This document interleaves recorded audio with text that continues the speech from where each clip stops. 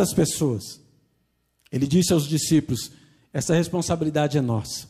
Nós temos que fazer alguma coisa, nós temos que dar alimento para elas, porque eu não quero despedi-las para que não desfaleçam pelo caminho. E os discípulos, então, naquele momento, têm aquela atitude: deixa elas ir embora, deixa elas ir para a casa delas, despede elas para que elas vão embora. E Jesus diz: não, vocês vão dar comida para ela, vocês vão dar alimento. Eles sempre falavam isso, né? Quando o cego Bartimeu gritava, eles falavam: deixa o mestre. A mulher cananeia: não, deixa ela embora, não vai lá não, mestre. Eles tinham sempre essa atitude. As crianças queriam se aproximar de Jesus, os discípulos: não deixa, barrando as crianças chegar perto de Jesus. Muitas vezes nós fazemos isso porque nós agimos como pessoas descrentes. Não confiamos no poder e na graça de Deus, que sempre vai fazer um milagre. E o texto que é usado aqui é o texto que apresenta a segunda multiplicação de pães e peixes. Se você prestar atenção nesse capítulo, você vai ver que a multiplicação de pães e peixes já havia acontecido. É a segunda vez que Jesus vai fazer isso. E mesmo assim eles estão agindo com descrença. Jesus, se você ler no capítulo de número 15, os versos antecedentes ao verso de número 32, vamos ler aqui, verso de número 29, em diante, diz assim: partindo Jesus dali, foi para junto do mar da Galileia, e subindo a um monte, assentou-se ali, e vieram a ele multidões, trazendo consigo coxos, aleijados, cegos, mudos, e outros muitos, e largaram junto aos pés de Jesus, e ele os curou. E de modo que o povo se maravilhou ao ver que os mudos falavam, os aleijados recobravam saúde, os coxos andavam e os cegos viam. Então glorificavam ao Deus de Israel. Jesus tinha acabado de fazer vários milagres ali à vista dos discípulos, naquele exato momento. E Jesus, quando chama eles à responsabilidade, ao sacrifício de alimentar aquelas pessoas, ele diz: o que nós vamos fazer? O que nós podemos fazer, Senhor? Jesus já tinha multiplicado o pão, tinha curado várias pessoas. E mesmo assim os discípulos, naquele momento, estavam ali descrentes, estavam ali com aquela atitude. Muitas vezes nós agimos assim, que Deus nos livre dessa atitude de descrença do poder de Deus. Nós vivemos em um reino de milagres. E talvez o grande erro nosso seja viver como se fôssemos acostumados. E as coisas que Deus faz deixam de ser coisas extraordinárias ou grandiosas. Sempre vão ser extraordinárias, sempre vão ser coisas milagrosas, mesmo que seja o mínimo que Deus te dê, Ele está te dando por amor e por graça. Nós devemos considerar que um reino de milagres é um reino onde o extraordinário e o comum são a mesma coisa, porque Deus faz e vai fazer independente da nossa fé, independente muitas vezes da nossa atitude, Ele vai fazer. E Ele está nesse momento falando para você que você precisa ter essa atitude de crer, de sacrifício, de se mover em direção aquele que precisa, então, do cuidado, do toque do Senhor sobre a vida dele. Nós temos o lar de paz. Eu creio que o lar de paz é uma expressão muito fiel disso.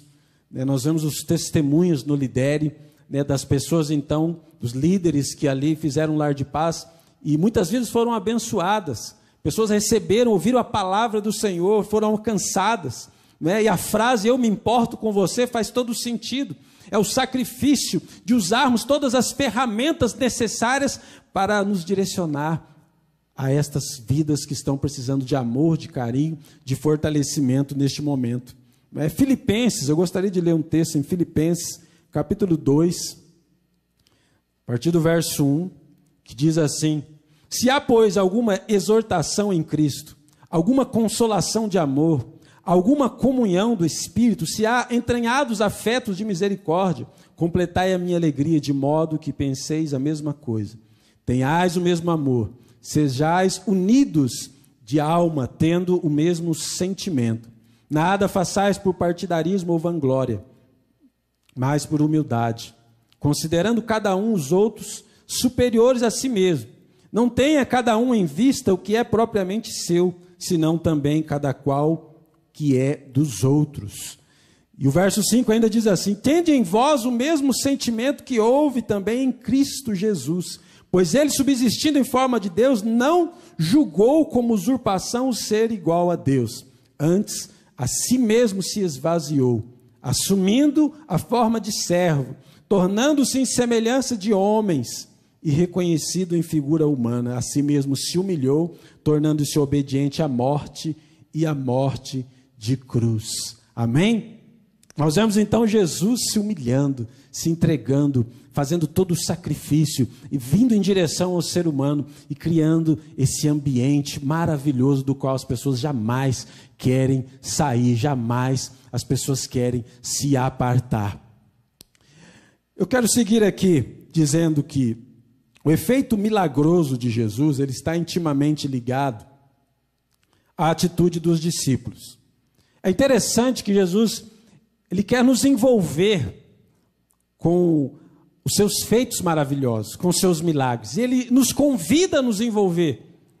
À medida que os discípulos se envolvem, que eles pegam os alimentos e começam a distribuir então para as pessoas, o que acontece? Ali o efeito milagroso parece que acontece. É como se Deus tivesse colocado nas nossas mãos o gatilho, né, que faz com que o milagre então aconteça, a multiplicação aconteça. É um desafio de fé. Quando as pessoas começam a doar, quando as pessoas começam então a se interessar, começam a fazer e se mover, as coisas realmente acontecem. Eu gostaria até de te desafiar, esse domingo tem um quilo do amor, que em nome de Jesus, a gente pudesse envergonhar Satanás, não é? Que esse quilo do amor fosse o maior quilo do amor da história dessa igreja. Em nome de Jesus, pastor, mas em tempo de dificuldade, né? Tem uma palavra agora que parece que a gente não pode nem fazer, ter uma conversa simples, sem falar uma palavra que começa com P e termina com IA, não é verdade? Sempre todo mundo vai falar, não sei o que, termina com IA.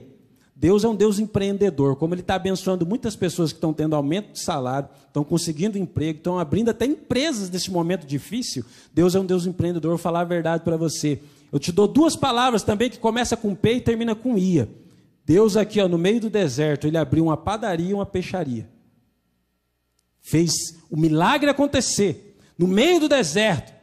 Eu gostaria de te desafiar, nesse quilo do amor, que você, em nome de Jesus, compareça ao quilo drive-thru, vem com o seu carro, abençoe outra vida, abençoe outra pessoa, traga um alimento, compre um alimento essa semana. Mas eu não consigo me lembrar, o Espírito Santo vai te lembrar em nome de Jesus. Compre um alimento, faça um esforço, vamos em nome de Jesus envergonhar Satanás e mostrar que o nosso Deus é um rei que reina em um reino de milagres, onde o extraordinário e o comum são exatamente a mesma coisa, não há diferença. Nós precisamos nos sacrificar, nos direcionar. Peter Scazzero, eu acho que é assim que diz, no livro Espiritualidade Emocionalmente Saudável, ele dá 10 características de uma pessoa que está espiritualmente doente. E uma dessas características é a seguinte, é usar Deus para fugir de Deus. Muitas vezes a pessoa assumiu um ministério, assumiu alguma coisa, dizendo que está fazendo para Deus, mas está fazendo para satisfazer o próprio ego.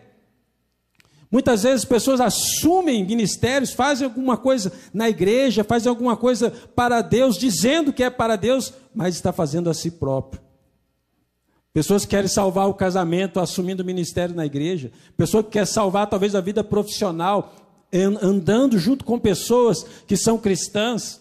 Usar Deus para fugir do próprio Deus. Nós temos que tomar cuidado com isso. O sacrifício, ele nos aproxima de Deus, ele nos leva para perto de Deus.